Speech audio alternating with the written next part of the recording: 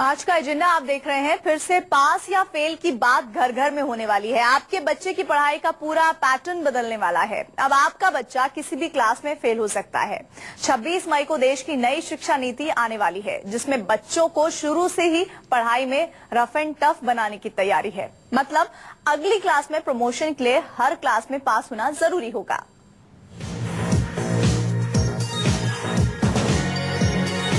केंद्र सरकार ने शिक्षा नीति में बड़ा बदलाव करने की तैयारी कर ली है। नई शिक्षा नीति का ऐलान 26 मई को होगा। मौजूदा शिक्षा नीति होता मतलब बिना पढ़े भी आपके बच्चे को 8वीं क्लास तक आराम से प्रमोशन मिलता है। सरकार इस नीति को बदलने का मन बना चुकी है।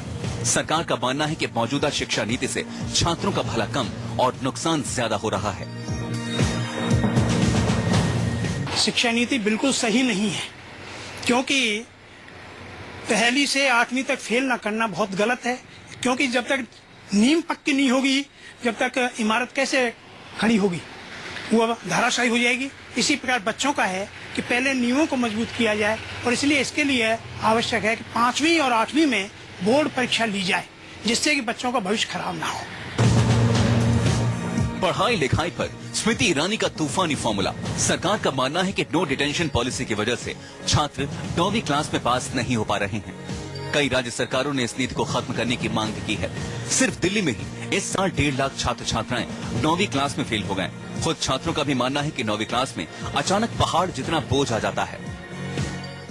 आजकल तो ये है हर स्कूल में कि फर्स्ट टू 8 पास कर देते हैं। वो नहीं होना चाहिए। जो बच्चे एकदम 9th में जाता है उससे बहुत ज्यादा प्रेशर पड़ जाता है।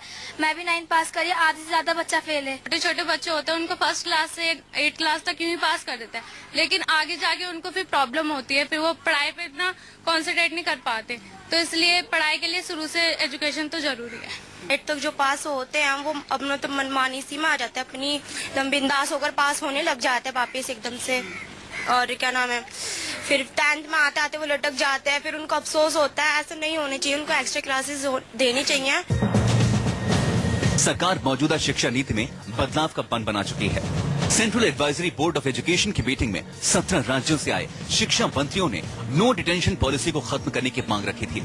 तर्क दिया गया कि इसकी वजह से बच्चे पढ़ाई में बिल्कुल ध्यान नहीं दे रहे हैं। शिक्षक भी अपनी जिम्मेदारी ठीक से नहीं निभा रहे। कुछ राज्यों ने सुझाव दिया कि 5वीं और 8वीं के एग्जाम शुरू हों, लेकिन फेल होने वाले बच्चों को थोड़े समय बाद दोबारा परीक्षा देने का मौका दिया जाए। कुछ राज्य तीसरी क्लास से परीक्षा की मांग कर रहे हैं।